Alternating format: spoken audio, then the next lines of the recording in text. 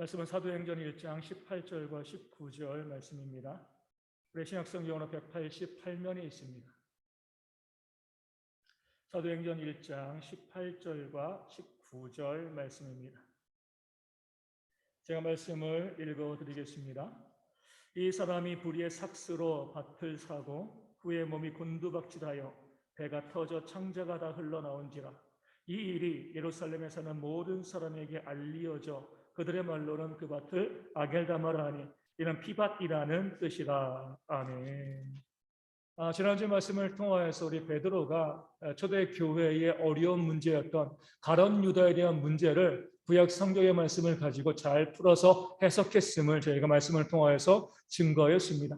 그런데 이 사도행전을 읽는 사람들, 처음에 이 사도행전을 보는 사람들은 유대인들이 아니었습니다. 가룟 유다를 잘 모르는 사람들이었죠. 그렇기 때문에 이 사도행전을 기록한 누가는요, 읽는 사람들에게 가룟 유다가 누구인가, 그가 어떻게 되었는가, 이것을 부연 설명할 필요가 있었습니다.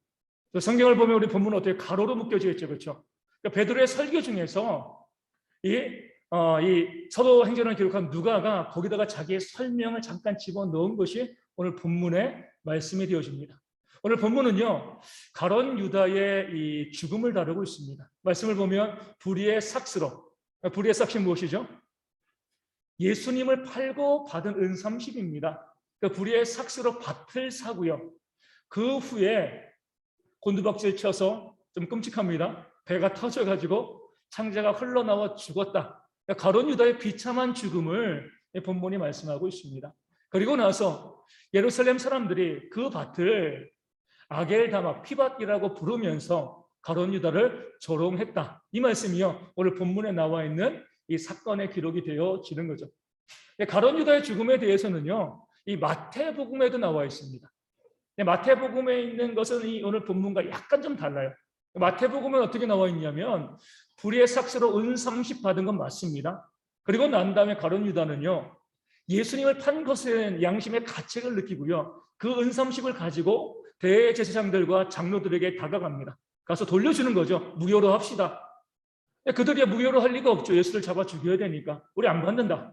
그렇게 하니까 가룟 유다는 그 은30을 그들이 받지 않으니까 성수에 집어 던져 넣습니다. 그리고 난 다음에 스스로 목매어 죽죠. 자결을 합니다. 그 다음에 이 대제사장들이 그 은30은 피값이기 때문에 성전구에 넣어둘 수 없다. 그래서 뭐 합니까? 그걸 가지고 토기장의 밭을 사는 거죠. 그리고 나서 나그네 묘지, 무연고자의 묘지로 삼고 백성들이 그 밭을 가지고 이 피밭, 아겔다마라 이렇게 불렀다. 마태복음에 나옵니다. 마태복음에 있는 가룟 유다의 죽음과 오늘 사도행전에 나와 있는 죽음이 약간 차이가 있습니다. 하지만 다른 게 아니죠. 그러니까 서로 보완하는 겁니다. 불의의 삭스를 받은 것은 일치합니다. 그 다음에 오늘 본문을 통해서 보면은요, 마치 가룟 유다가 그 은30을 가지고 자기가 밭을 산 것처럼 나와 있는데, 마태복음은 어때요? 대제사장들이 가룟 유다가 죽고 난 다음에 은30을 가지고 밭을 샀다, 이렇게 나와 있습니다. 그러니까 정확한 기록은요, 마태복음이죠. 누가는 그 밭의 주인이 누구냐, 은의 주인이 누구냐. 비록 대제사장들이 가룟 유다의 돈을 가지고 그 밭을 샀지만 그 밭의 소유자는 가룟 유다이다. 그런 의미에서 그가 불의의 삭스를 받고 밭을 샀다, 이렇게 기록하고 있는 겁니다. 가룟 유다의 죽음에 대해서도요, 마태복음과 사도행전은 서로 보완합니다. 마태복음에는요, 스스로 목매어 죽었다 이렇게 나와 있죠. 그 가룟 유다가 목매어 죽을 때 나뭇가지에 목을 메어서 죽었기 때문에 죽고 난 다음에 나뭇가지가 부러지면서 곤두박질 쳐서 배가 터져서 죽은 것이 가룟 유다의 죽음에 대한 정확한 기록입니다. 그러니까 마태복음과 이 사도행전에 서로 보완하고 있는 거죠. 피밭도 마찬가지예요. 마태복음에서는 대제사장들이 예수님의 피의 의미를 가지고 피밭이라고 불렀는데, 우리 사도행전에서는요, 가룟 유다의 피로 인해서 피밭이라고 불렀습니다. 이중의 의미를 다 가지고 있는 거죠. 어떤 것이건 상관없습니다. 중요한 것은 이거예요. 가룟 유다가 불의의 삭스를 받았다. 그것으로 밭을 샀고 비참하게 죽었다. 그리고 예루살렘에 살던 사람들은 그런 가룟 유다를 조롱했다. 이 말씀의 핵심이 되어지는 겁니다. 그런 면에서 오늘 말씀은요, 우리 불의의 삭시 가져다 주는 결과가 무엇인가를 우리 가운데 보여주고 있습니다. 앞서 말씀드린 것처럼 이 불의의 삭스는요, 예수님의 피를 팔고 예수님을 넘겨주고 받은 돈이기 때문에 불의의 삭시입니다. 왜냐하면 예수님께 죄가 없거든요. 만약에 예수님께 죄가 있어가지고 넘겨주었으면요, 그 돈이 문제가 되어지지 않습니다. 죄가 없음에도 가룟 유다 스스로 이야기한 것처럼 무죄한 피였기 때문에 뭐예요? 그 받은 돈은요, 불의의 삭시 되어지는 겁니다. 이 불의의 삭은요, 그 말 자체에 아주 중요한 의미가 있는 거죠. 불의의 삭 뭐예요? 불의를 통하여 받는 돈, 이런 의미를 가지고 있습니다. 뭐냐면 불의를 행함으로 돈 벌 수 있다는 거죠. 우리가 살고 있는 세상은요, 불의를 행해야지만 돈을 더 잘 버는 그런 악한 세상입니다. 그렇게 불의를 행해서 받은 돈을 가지고 가론들은 뭐 했어요? 밭을 샀죠. 부동산에 투자한 겁니다. 나쁜 짓 해가지고요, 수단과 방법 가리지 않고 돈을 벌어가지고 부동산에 투자해서 부자가 되는 것은요, 지금 이 시대에도 통용되어지고 있는 부자가 되어지는 전형적인 방법이 되어지는 겁니다. 우리의 속담 중에 보면 개처럼 벌어서 뭐처럼 써요? 정승처럼 쓴다. 이 속담과 잘 어울리진 않지만 우리가 살고 있는 세상에서는 사람들은 돈을 어떻게 버는 거는요 중요하게 생각하지 않습니다. 내가 어떻게 돈을 버는가 신경 쓰지 않아요. 뭐에 신경 써요? 그 사람이 돈을 얼마나 가지고 있느냐. 그렇지 아니하냐. 아무리 뭐 부정한 방법을 가지고 뭐 악한 방법을 가지고 돈을 많이 벌어도요, 일단 돈만 많이 가지고 있으면 굽신거리죠. 아무리 선하고 정직하게 살아가도 돈이 없으면은요, 무시당하고 멸시당하는 것이 바로 이 세상입니다. 그렇기 때문에 사람들은 남들에게 인정받기 위해서 수단과 방법 가리지 않고요, 불의한 일을 행해서라도 돈을 버는데 혈안이 되어 있습니다. 그런데 오늘 말씀은요, 가룟 유다에 대해서 가룟 유다가 불의의 삭스로 밭을 사고, 여기에서 말씀이 그치지 않습니다. 여기까지 보면은 문제가 없는 거죠. 얼마든지 악한 일을 통하여서 돈을 벌고요, 그것을 가지고서 부자가 되어질 수 있는 거죠. 밭을 사고 그 다음 단어가 뭐예요? 후회. 여기까지는 문제없는 것처럼 보이지만 악한 일을 가지고 악한 돈을 벌어가지고 부자가 되었을 때 그 후가 어떻게 되어지는가, 이것을 우리로 하여금 주목하여 바라보라는 거죠. 가룟 유다는요, 그렇게 번 돈 은 30과 그 밭을요 조금도 누리지 못했습니다. 그 불의한 삭스로 그 돈으로 밭을 사고요, 결코 행복해지지 않았죠. 어떻게 됐어요? 후에 비참하게 죽었습니다. 피를 팔아서 산 밭이기 때문에 자신의 피를 흘리게 된 거죠. 그러니까 심은 대로 거두게 하시는 하나님의 무서운 공의가 이 아겔다마, 이 피밭이라는 단어의 의미 속에 포함되어져 있는 겁니다. 오늘 본문 말씀은요, 우리 모든 성도들, 특별히 우리 개혁된 성도들의 경제 생활에 대한 중요한 지침을 줍니다. 그 어떤 경우라도 뭐예요? 불의의 삭슬 취하지 말라는 거예요. 죄된 일로 악한 방법으로 부자가 되기를 꿈꾸지 말라는 겁니다. 앞서 말씀드린 것처럼 우리가 살고 있는 세상은 악하기 때문에요, 정상적으로 돈 버는 것보다 악한 일을 할 때 돈을 벌기가 더 쉽습니다.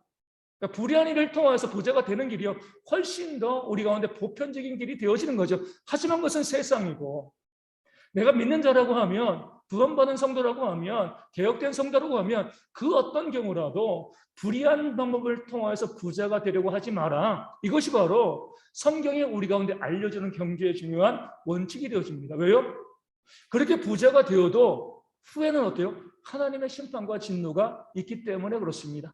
잠언 28장 20절 말씀에 속히 부하고자 하는 자는 형벌을 면하지 못하리라. 아멘. 이런 말씀이 있습니다. 속히 부하고자, 속히 부자가 되기를 바라는 사람, 어떻게 하면 빠른 방법으로 부자가 될 수 있습니까? 악한 일을 하는 수밖에 없습니다. 정상적으로 안 돼요. 그렇죠? 속히 부자가 되기 위해서는요, 악한 일, 그러니까 불의한 일을 할 수밖에 없는 거죠. 그렇게 해서 부자가 될 수는 있다고 성경이 인정해 줍니다. 하지만 그렇게 되어지면은요, 형벌을 면하지 못할 것이다. 하나님의 심판과 진노가 반드시 있게 되어질 것이다 라고 말씀하고 있습니다. 또한 잠언 24장 19절과 20절에는요, 악인의 형통함을 부러워하지 말라. 악한 자가 형통할 수 있습니다. 그런 경우들이 더 많죠. 악한 방법을 가지고요, 죄를 지어서 범죄함을 통하여서 잘 먹고 잘 사는 사람들이 우리 주변에 정말 너무나 많이 있습니다. 그런데 그들의 형통함을 부러워하지 말라. 왜냐하면 대저 행악자는 장래가 없겠고 악인의 등불은 꺼지리라. 아멘. 하나님의 말씀입니다.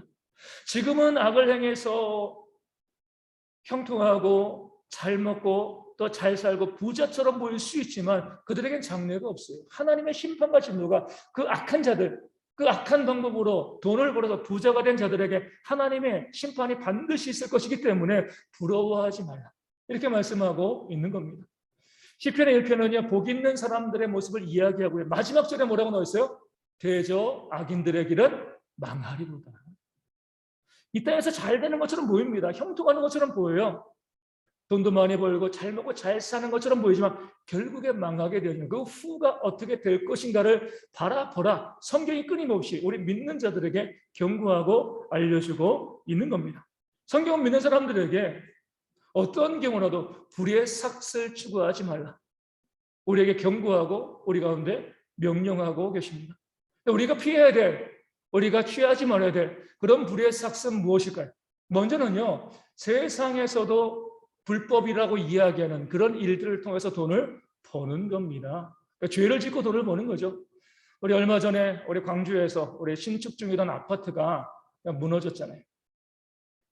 무너지면서 뭐가 드러나요? 돈 조금 더 벌기 위해서 온갖 불법적인 일들이 그 아파트 가운데 자행되었음을 우리가 보게 되어집니다. 그 돈 얼마 때문에 사람의 목숨을 빼앗게 되어지고요. 또 그 건물도 다 무너지면서 그 회사도 큰 손해를 보게 되어진 거죠. 불법을 행하고 돈을 벌고자 했을 때 결국에는요, 망하는 겁니다. 또 연초에 보면 어떤 직장인이 그 회사의 공금 2천억이죠. 2천만 원도 아니고 2천억을 횡령한 일이 있었습니다. 그것 가지고 이제 잡혔잖아요. 재판받습니다. 비참한 건 뭐예요? 그 일로 그의 아버지가, 횡령한 사람의 아버지가 스스로 목숨을 끊었습니다. 그 돈 때문에 누굴 죽인 거예요? 자기 아버지를 죽인 거죠. 어떻게 해서든 불의한 일을 가지고 내가 돈을 좀 벌어야지, 떵떵거리고 잘 살아야지. 하지만은요, 이 세상에서도 그 길은 망하는 길이에요. 손쉽게 돈을 벌 수 있는 많은 길들이 있어요. 보이스피싱도 있죠. 불법 인터넷 도박 사이트도 있습니다. 또 사기치는 것들, 남 속이는 것들, 또 사람들에게 정당한 임금을 지급하지 않는 것들, 그리고 도둑질하는 것들, 또 강도짓하는 것들. 우리 세상에 보면 그런 악한 일들, 불법의 일들이 많이 있습니다. 그런 불법한 일을 가지고서 돈을 벌어서 부자가 되려는 모습이요, 우리 믿는 사람들 가운데서는요, 있어서는 안 될 줄로 믿습니다. 그 어떤 경우라도요, 아무리 돈을 많이 벌 수 있다는 유혹이 다가온다 할지라도 불법에 가담하지 마세요. 이런 분들도 있잖아요. 그렇게 돈 많이 벌어서 헌금 많이 하려고. 하나님 그다음 헌금 받지 않으십니다. 그런 헌금을 원치 않으셔요. 정당하게 수고한 것에 헌금을 원하시는 것이지, 불의한 일, 불법의 일들을 통해서 돈을 벌어가지고 그것으로 헌금하는 것은요, 하나님을 멸시하고 조롱하는 것입니다. 우리 믿는 성도들은요, 어떤 경우라도 불법의 일로 불의의 삭슬 추구하는 그런 죄 가운데 빠져서는 안 될 줄로 믿습니다. 두 번째가 중요해요. 우리도 많이 여기에 참여하고 있습니다. 두 번째 우리가 피해야 될 불의의 삭은요, 불로소득입니다. 불로소득. 불로소득을 추구하는 것 자체가 불의의 삭이 되어지는 거죠. 돈이 돈을 벌게 하는 거잖아요. 내가 가지고 있는 돈과 정보력을 가지고요, 내가 노력하지 아니하고도 돈을 버는 것, 이게 바로 불로소득입니다. 세상에서는 이런 사람들 인정해줘요. 그렇죠? 야, 정말 능력 있다. 우리 인터넷에 보면 우리 계층을 설명하는 아주 탁월한 말이 있습니다. 부자는 어떤 사람이 부자예요? 일하지 않아도 재산이 늘면 부자라고 이야기합니다. 중산층은요? 일하지 않은데도 재산이 줄지 않으면, 늘지도 않지만 줄지도 않는 거예요. 일하지 않아도. 이게 중산층이라고 이야기합니다. 서민은 뭐예요? 일하지 않을 때 재산이 줄면 서민이다, 이렇게 이야기합니다. 빈곤층은요? 일을 해도 재산이 줄면 빈곤층, 이렇게 이야기합니다. 탁월한 정의가 되어지는 거죠. 일하지 않고서도, 일을 안 했는데도 재산이 늘어나는 것, 이것이 과연 세상에서는 인정받지만 하나님께서는 어떻게 보시는가? 성경에 뭐라고 나와 있어요? 일하기 싫으면 먹지도 말라. 하나님이 말씀하시는 공의는요, 내가 열심히 일해서 소득을 버는 겁니다. 내가 일하지 않았음에도 불구하고요, 물질이 생기면 죄송하지만 불의해지는 거예요. 우리는 그거 좋아하잖아요, 그렇죠? 일하지 않아도 돈이 생겨. 하지만 성경이 봤을 때는요, 하나님의 공의의 원리를 통해서 봤을 때 일하지 않고도 재산이 늘고 물질이 생기면은 다 불의한 겁니다. 왜냐하면 우리가 제가 학교에 다닐 때 옛날이니까 잘 기억나지 않지만 우리 질량 보존의 법칙 이런 걸 배웠습니다. 마찬가지로 돈도 마찬가지죠. 돈은 내가 집에서 찍어낼 수 있는 게 아니잖아요, 그렇죠? 우리 경제의 구조를 보면은요, 내게 돈이 들어왔다는 건 뭐예요? 크게 보면 누군가의 지갑에서 돈이 나왔다는 겁니다. 찍어내는 게 아니니까 내 지갑에서 돈이 나갔다는 것은요, 누군가의 지갑에 돈이 들어갔다는 거예요. 돈은 돌고 도는 거잖아요. 그런 면에서 내가 일하지 아니하고도 내가 재산이 늘어났다. 이건 뭘 의미해요? 일함에도 불구하고 재산이 늘지 않는 그 사람의 돈이 내게로 온 것일 수 있습니다. 이게 우리가 바라봐야 되는 경제의 모습인 거죠.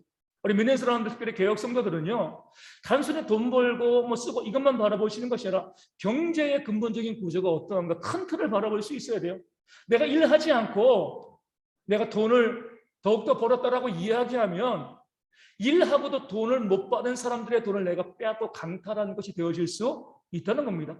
내가 직접 빼앗은 건 아니에요. 내가 열심히 일해가지고 내 돈 벌었는데 뭐가 문제입니까? 이렇게 이야기할 수 있죠. 하지만 우리가 살고 있는 사회는요, 이 구조 자체가 왜곡되어 있잖아요. 그러니까 사람들이 만든 사회이기 때문에 이 시장이요, 정상적이지 않습니다. 내가 남에게서 무엇을 직접 뺏지 않는다 할지라도 내가 갖고 있는 돈 중에는요, 내 소득 중에는요, 다른 사람의 몫이 반드시 그 안에 들어가 있습니다. 예를 들어가지고 우리가 옷을 볼 수가 있어요. 옷이요. 옷들이 많이 싸졌습니다. 싼 옷들이 많아요. 왜 옷이 싸요? 우리나라에서 옷 만들면 그렇게 쌀 리가 없죠, 그렇죠? 해외에서, 저개발 국가에서 어린아이들이 또 빈곤층들이 그 공장에 들어가서 그 옷을 만들어요. 나는 돈을 적게 주고요, 싼 옷을 사서 내 통장에 돈을 더 늘릴 수 있습니다.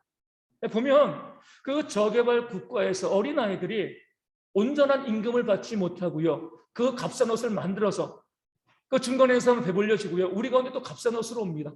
그럼 내가 그 값싼 옷을 사가지고 은행에 세이브한 그 돈에는 뭐가 들어있는 거예요? 그들에게 마땅히 지급돼야 될, 주어야 될 그 돈이 그 안에 들어있는 겁니다. 내 돈인 것처럼 보이지만 내 돈이 아닌 거죠. 아니, 내가 내 돈 주고 내가 열심히 일해가지고 내 옷 사는데 뭐가 문제입니까? 이렇게 이야기할 수 있지만 이것은요, 우리 구조를 보지 않는 거예요. 경제의 큰 구조를 보면은요, 내가 번 돈, 내가 가지고 있는 돈이요, 다 내 것이 아니라는 것을 우리가 알게 되어지죠. 이게 바로 개혁 성도들의 경제 관념이에요. 단순히 내가 얼마 위해서 얼마 벌었다 이것만 바라보지 마시고 내게 있는 물질 중에서 과연 내 것이 얼마인가, 내 것이 아닌 것은 얼마인가, 이것까지 바라볼 수 있는 안목이 우리 가운데 있어야 됩니다. 그러니까 성경의 원리는 뭐죠? 일용할 양식인 거예요. 그러니까 내게 있는 것 중에서 일용할 양식 이상의 것은 내 것이 아닙니다. 하나님께서 내가 열심히 일해서 내가 번 돈이지만 내 일용할 양식을 인정해 주십니다. 하지만 일용할 양식 이상의 남는 돈이 있다라고 하면은요, 남의 일용할 양식을 내가 가져온 것일 수 있습니다. 다시 말씀드리지만 내가 빼앗은 건 아니에요. 하지만 시장의 구조 자체가 온전하지 않기 때문에 내가 빼앗은 것과 다를 바 없는 그런 모습이 우리 가운데 발생하는 것이 이 세상의 모습입니다.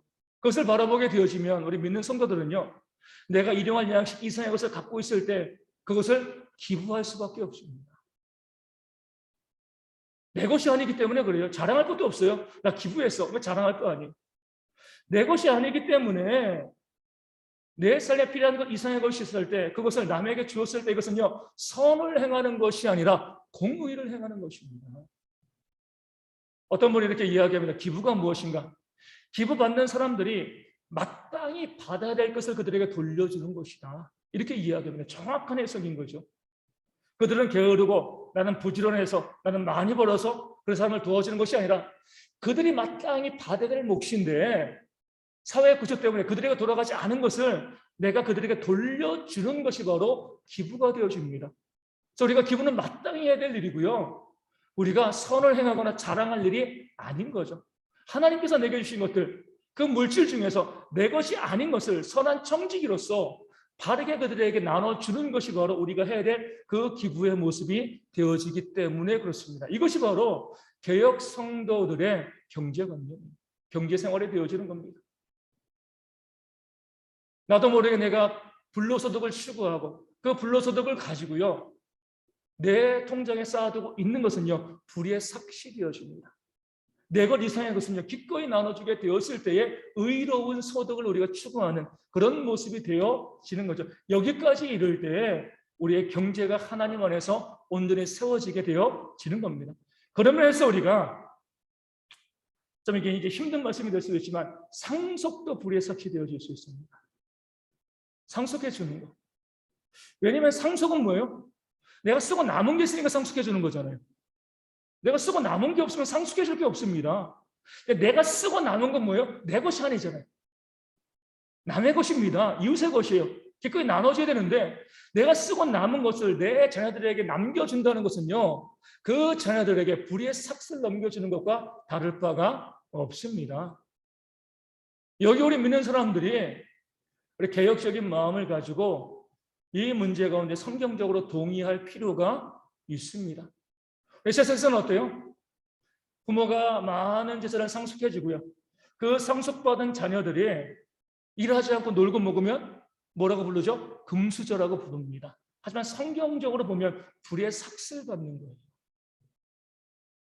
마땅히 그 자녀들에게 돌아갈 것이 아니라 사회에 환원되어지고 어려운 이웃들에게 들어갈 몫인데 그것을 가지고 내가 사회에 환원하지 않고요, 내 자녀에게 남겨주고 내 자녀는 그 물질을 가지고 빌딩 사고요, 일하지 않고 놀고 먹게 되어지면 과연 그것이 내 자녀들에게 유익할 것인가? 결코 그렇지 않은 거죠. 오늘 말씀 후에 가룟 유다가 어떻게 되었는지가 그 사실을 우리 가운데 보여주고 있는 겁니다. 그렇기 때문에 우리 믿는 부모들은요, 내 자녀들에게 무엇인가 상속해 주려고 하지 마셔야 돼요. 그 자녀들의 삶을 비참한 삶으로 이끌어갈 수 있기 때문에 그렇습니다. 또 자녀들은 어때요? 부모가 아무리 상속해 주려고 해도 받지 마셔야 돼요. 내 것이 아니에요. 내가 받을 몫이 아닙니다. 그 부모가 상속해 주려고 하면 기부하세요. 이렇게 말씀하셔야 돼요. 나는 뭐예요? 내가 열심히 일해가지고 그 소득을 가지고 이 땅에 삶을 살아가는 겁니다. 우리의 일용할 양식을 채워주시는 분은 우리 하나님이시죠. 우리 부모가 아니에요. 하나님이 우리의 자녀를 돌보주시는 것과 내 물질이 그 자녀에게 주어지는 건 어떤 것이 더 낫습니까? 그런 면에서 우리 모든 성도들은요, 상속에 대한 부분들을 우리가 부정할 수 있는 것이 불의의 삭슬 취하지 않는 그런 모습이 되어지는 줄로 믿습니다. 이 말씀을 우리가 좀 힘들 수 있지만 성경적인 개념을 가지고 바른 경제의 모습으로 회복해 나가는 것이 우리의 신앙, 개혁신앙의 모습이 되어지는 거죠. 마지막으로 불의의 삭시 하나 남았습니다. 뭐냐면 하나님의 것을 온전히 드리지 아니하고 내가 그것을 내 재물의 증식의 수단으로 삼는 거죠. 하나님의 것이란 첫 번째로는요, 우리 마땅히 드려야 될 헌금이 있습니다. 헌금을 가지고 교회가 세워지고요, 또 전도와 선교와 귀환색을 감당을 해요. 우리 하나님께서는 우리 가운데 많이 드려라 이렇게 말씀하지 않습니다. 우리가 마땅히 드려야 될 것을 드리라고 말씀하시는 거죠.